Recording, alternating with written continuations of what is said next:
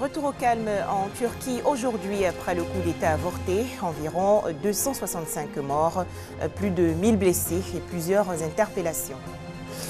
La Côte d'Ivoire en quête d'autosuffisance en riz. Le pays fait appel à la Chine pour redynamiser sa riziculture.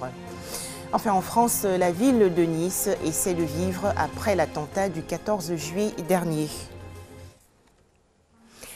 Madame, Monsieur, bonsoir et bienvenue.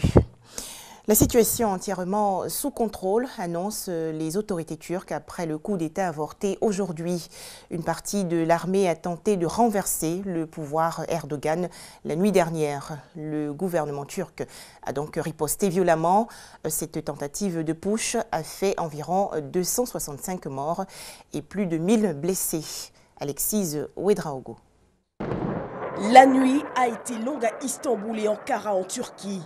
Un coup d'État manqué qui a fait au moins 270 morts et des milliers de blessés. Aux heures chaudes, un geste simple de Recep Tayyip Erdogan fait pencher la balance. Un coup de fil à la rédaction de CNN Turquie via l'application FaceTime qui permet de se filmer lors d'une conversation. Une technique qui permet à la population turque de se rendre compte que le président est vivant et en capacité d'exercer le pouvoir.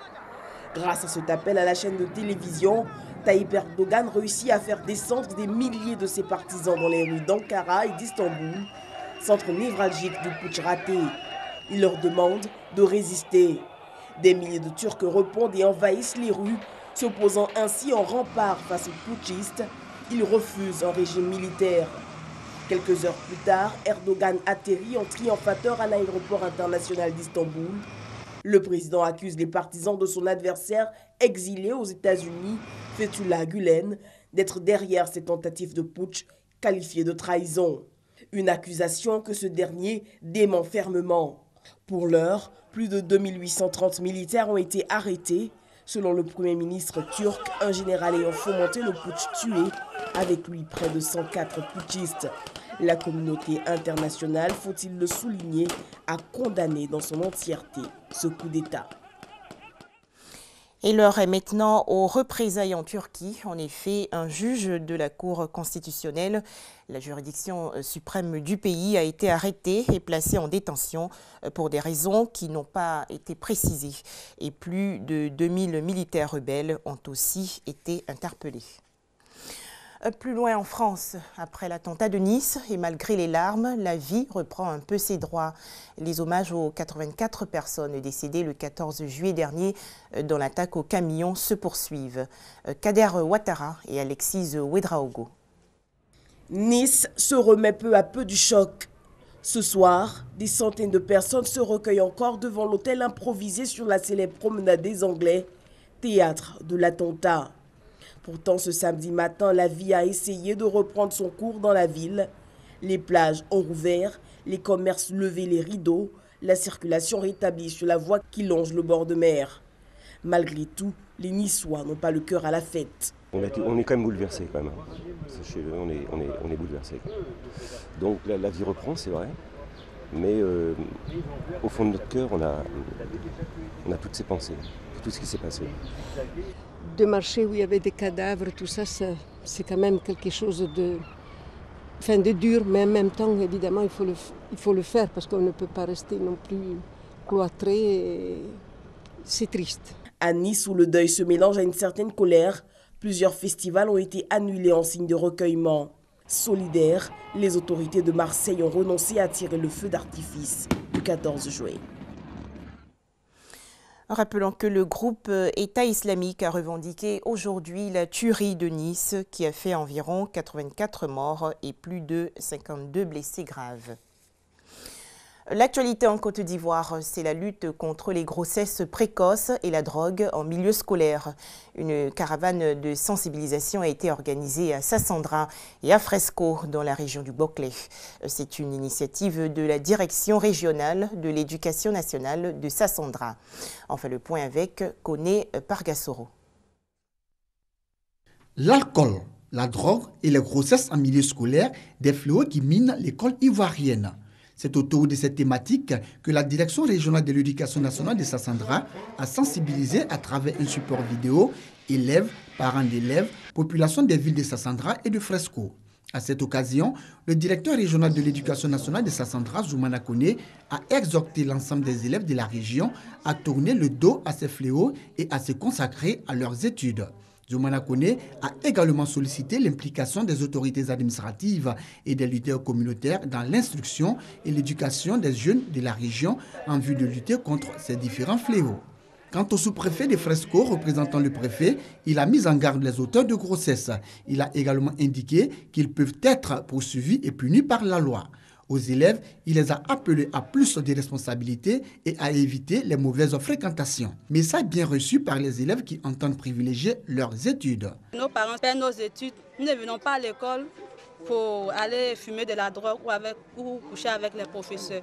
Nous sommes là pour apprendre. La drogue est un fléau qu'il faut vraiment éradiquer en notre milieu scolaire, car cela peut avoir des impacts sur toi-même, demain, mentalement comme physiologiquement. La direction régionale de l'éducation nationale de Sassandra a promis mettre ce film à la disposition du ministère de l'Éducation nationale pour servir de support de sensibilisation. Rappelons qu'en 2015, plus de 4900 cas de grossesse au primaire, au secondaire général et technique ont été enregistrés par le ministère de l'Éducation nationale. Autre actualité, la Corée du Sud va contribuer au développement local de plusieurs villages du centre du pays. En effet, après Zata et Umbekro dans la région du Bélier, les villages de Sengoli et Unzokosu dans le Beke ont été visités récemment par une délégation sud-coréenne. À noter qu'une seule de ces localités sera retenue comme village pilote pour tenter les expériences sud-coréennes dans la région. Les précisions de Soro Corona et Kwadio Kwame de RTI Bouaké. Peuplé de plus de 2000 âmes disposant d'un bas-fond pour la culture du riz irrigué et du maraîcher, Nzokosu est un village de la commune de Sakasu. Nzokosu est électrifié depuis 1970 et cependant, avec tous ses atouts, ce village peine toujours à amorcer son développement. Comme Nzokosu, Sengoli rencontre les mêmes difficultés. Pourtant, ce ne sont pas les projets prioritaires qui manquent à ces bourgs. Il faudra qu'ils nous viennent en aide pour que nous puissions avoir ce barrage-là pour faire nos cultures maraîchères. Le riz, la tomate, ainsi de suite, pour retenir les jeunes à la terre. Les enfants se déplacent sur 2 km. La première des choses que nous demandons, c'est la construction d'une école. Bientôt, l'un de ces deux villages va bénéficier du modèle de développement local sud-coréen, modèle expérimenté dans les villages de Zata et Umbekro, région du Bélier. Avec la méthode que la Corée est en train de mettre en place, nous avons amené, on leur a demandé est-ce qu'ils étaient prêts à travailler selon ce modèle-là. Ils ont dit oui. Et effectivement, ils ont mis en œuvre 5 projets. Ce modèle de développement local est basé sur l'esprit de diligence mutuelle en comptant sur ses propres forces. Ainsi, le village identifie ses propres besoins, fait la priorisation de ses activités de développement et leur mise en œuvre, en vue du choix du village pour la réalisation de ce projet pilote. Une délégation sud-coréenne accompagnée de l'ANADER, Agence nationale d'appui au développement rural, s'est rendue à Sengoli et à Nzokosu. Le modèle de développement local sud-coréen vise à aider les villages cibles à tenter des expériences coréennes afin de devenir plus aisés et plus autonomes grâce à des investissements dans les infrastructures, de la production agricole et animale et dans l'entrepreneuriat. Notre visite aujourd'hui, c'est pour voir, pour réfléchir ensemble avec ANADER, comment et quoi exactement nous pouvons faire ensemble. La Corée du Sud a connu un développement spectaculaire en 3 décennies seulement, passant du statut de pays pauvre à celui de pays à économie avancée. Son modèle de développement communautaire est expérimenté dans 70 pays à travers le monde. Un tout autre sujet à présent, la Côte d'Ivoire vise l'autosuffisance en production de riz fin 2016. Le pays, qui produit actuellement environ 60% de sa consommation annuelle, se met à l'école de la Chine. Jean-Jacques Kouamiel. Sur un besoin en riz estimé à 1,5 million de tonnes par an, la Côte d'Ivoire n'en produit que 600 000. Près des 2 tiers restants sont importés. D'où la nécessité de développer d'autres techniques culturelles. La Chine Via son centre de coopération économique avec l'étranger du ministère de l'Agriculture, veut aider la Côte d'Ivoire à s'autosuffire. Ce centre a initié, avec une vingtaine de coopératives ivoiriennes, une formation terrain sur 1 mois à Guiguidou, dans la préfecture de Divo. Nous avons pris l'expérience de la Chine que nous pouvons adapter à la situation ivoirienne. Nous avons compris que c'est dans les recherches qu'ils ont fait sortir un maximum et une plus de production, ce que nous avons aussi retenu. Mais nous avons su en même temps que ce sont des coûts universitaires parce que nous avons appris la fertilisation du sol. Technique de récolte, de traitement, de stockage du riz, test de sélection du riz, quelques notions piochées dans l'expérience chinoise pour augmenter le revenu des riziculteurs, surtout rendre la Côte d'Ivoire autosuffisante en riz. On souhaitera aussi que chez nous, ici en Côte d'Ivoire, nous ayons la grande partie, la majorité même de nos bas-fonds soient aménagés. Première céréale consommée avec 60 kg par habitant par an, la Côte d'Ivoire a importé du riz pour 250 milliards de francs CFA en 2015, soit le quart de ses achats de produits alimentaires de base. Le pays autosuffisant, c'est plutôt bon pour la santé de notre économie. Au chapitre santé, la ville de Yamoussoukro a accueilli récemment le congrès des infirmiers anesthésistes diplômés d'État. Des échanges pour la bonne marche du système sanitaire ivoirien. À noter qu'à l'issue de cette rencontre, les infirmiers anesthésistes diplômés d'État ont créé un syndicat. On en parle avec Kader Sogodogo de RTI Boaké. En Côte d'Ivoire, plus de 100 000 interventions chirurgicales sont réalisées chaque année. Des interventions qui ne peuvent avoir lieu sans recourir à l'anesthésie. En la matière, le rôle de l'infirmier anesthésiste est quasi primordial. Il permet aux chirurgiens d'opérer les patients en supprimant chez ces patients la douleur, en supprimant leur conscience et en supprimant les réactions internes dues à la douleur. La particularité des infirmiers anesthésistes de notre pays, c'est que heureusement ou malheureusement, dans près de 85 à 90% des cas, ils sont seuls quelque part dans un bloc opératoire dans le pays. Réunis au sein de la Société des infirmiers anesthésistes diplômés d'État de Côte d'Ivoire, SIADECI, ces agents de santé se retrouvent chaque année depuis maintenant 3 années pour améliorer leurs connaissances. Des échanges d'expériences, la découverte de nouveaux protocoles et bien entendu les technologies nouvelles. Ces retrouvailles à Yamoussoukro ont vu cette année la naissance du tout premier syndicat de cette corporation, le syndicat national des infirmiers anesthésistes diplômés d'État de Côte d'Ivoire, SIADECI. Un besoin qui rime avec la lutte pour de meilleures conditions de travail. Oumar Kofi en est le secrétaire général. Aujourd'hui, les membres supérieurs sont opérés sans endormir le patient, mais plutôt sous anesthésie loco-régionale appelée les blocs périphériques. Leur réalisation nécessite beaucoup de dextérité et d'aptitude. Le bureau qui sera formé se fixe comme objectif de réunir tous les 300 infirmiers anesthésistes que compte la Côte d'Ivoire pour écrire de nouvelles pages pour ces professionnels de la santé. Et toujours au chapitre santé, sachez que après la fin officielle de l'épidémie d'Ebola en Afrique de l'Ouest, la Sierra Leone supprime désormais le test obligatoire sur toutes les personnes décédées. Ces tests étaient imposés pour ne laisser échapper aucun cas de fièvre hémorragique.